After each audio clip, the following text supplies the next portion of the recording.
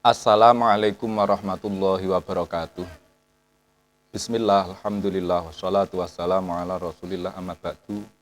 Para pemirsa Madu TV rahimakumullah. Alhamdulillah, kita masih diberi kesehatan oleh Allah. Kita masih diberi kenikmatan oleh Allah yang begitu banyaknya, sehingga kita tidak bisa menghitung seberapa banyak kenikmatan yang telah Allah berikan kepada kita. Sebagaimana firman Allah, wa in ta'uddu ni'matallahi la tusuha. Ketika kalian menghitung seberapa nikmat yang telah Allah berikan kepada kalian, maka kalian tidak akan pernah bisa menghitungnya.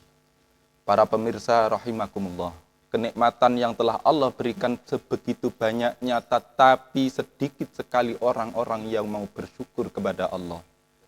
Jarang sekali orang yang mau bersyukur betapa banyak kenikmatan yang telah Allah berikan kepada orang tersebut. Orang yang diberi kenikmatan oleh Allah tidak hanya berupa materi saja. Kenikmatan yang telah Allah berikan kepada seseorang bisa berupa keimanan, bisa berupa kesehatan, bisa berupa apapun yang menjadikan dia mendekatkan diri kepada Allah Subhanahu wa taala. Tetapi sedikit sekali orang yang mau bersyukur kepada Allah Subhanahu wa taala. Sebagaimana firman Allah, wa qalilum min ibadiyasy syakur. Sangat sedikit sekali orang yang mau bersyukur kepada Allah Subhanahu wa taala. Para pemirsa rahimakumullah, ketika Allah memberikan kenikmatan kepada hambanya, orang tersebut taat maupun tidak taat, orang tersebut beriman maupun tidak, dia tetap akan diberikan rezeki oleh Allah Subhanahu wa taala. Bahkan ketika orang tersebut melakukan kemaksiatan, Allah tetap memberikan rezeki, Allah tetap memberikan kenikmatan kepada orang tersebut. Sebagaimana sabda Rasulullah sallallahu alaihi wasallam, "Annal 'abda idza aznaba mannallahu bi arba'i khisalin." Sesungguhnya ketika hamba itu melakukan kemaksiatan kepada Allah, mannallah, di dalam sebuah keterangan disebutkan oleh Imam An-Nawawi, ay an'amallah. Allah akan tetap memberikan kenikmatan kepada orang tersebut dengan 4 hal. Yang pertama, yaitu la yahjubu anhu rizqa. Dia tidak akan dihalang-halangi untuk diberikan rezeki. Jadi ketika orang tersebut melakukan kemaksiatan, dia masih diberikan rezeki oleh Allah Subhanahu wa taala. Dia masih diberi kehidupan, dia masih diberi kesehatan, dia masih diberi kenikmatan-kenikmatan sehingga dia bisa melakukan segala bentuk aktivitas yang bisa dikerjakan. Yang nomor 2, ketika orang tersebut melakukan kemaksiatan, layah jubu anhusihah. Dia tidak akan dihalang-halangi untuk diberi kesehatan. Artinya ketika seseorang tersebut melakukan kemaksiatan, dia tetap diberikan kesehatan oleh Allah Subhanahu wa taala. Dia tidak diberikan rasa sakit. Dia tidak diberikan penyakit yang sangat parah ketika orang tersebut tidak mau melakukan perintahnya Allah.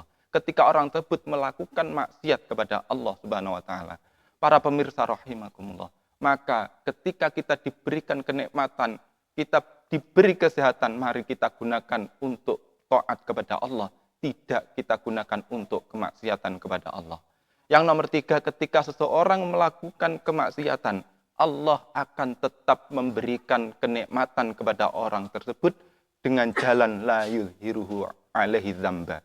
Dosa yang telah dia kerjakan ini tidak akan diperlihatkan oleh Allah Subhanahu wa taala. Coba bayangkan ketika seseorang melakukan kemaksiatan terus kemudian bangun tidur, di dalam rumahnya ada tulisan bahwa orang tersebut telah melakukan kemaksiatan pada malam hari.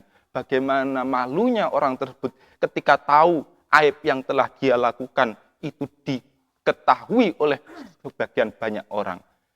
Maka ini yang harus kita syukuri ketika kita melakukan kemaksiatan.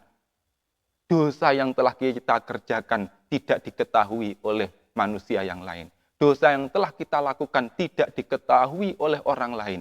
Itu bentuk kenikmatan yang telah Allah berikan kepada seseorang yang telah melakukan kemaksiatan.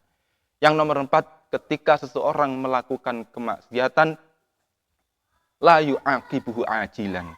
Allah tidak akan langsung menyiksanya.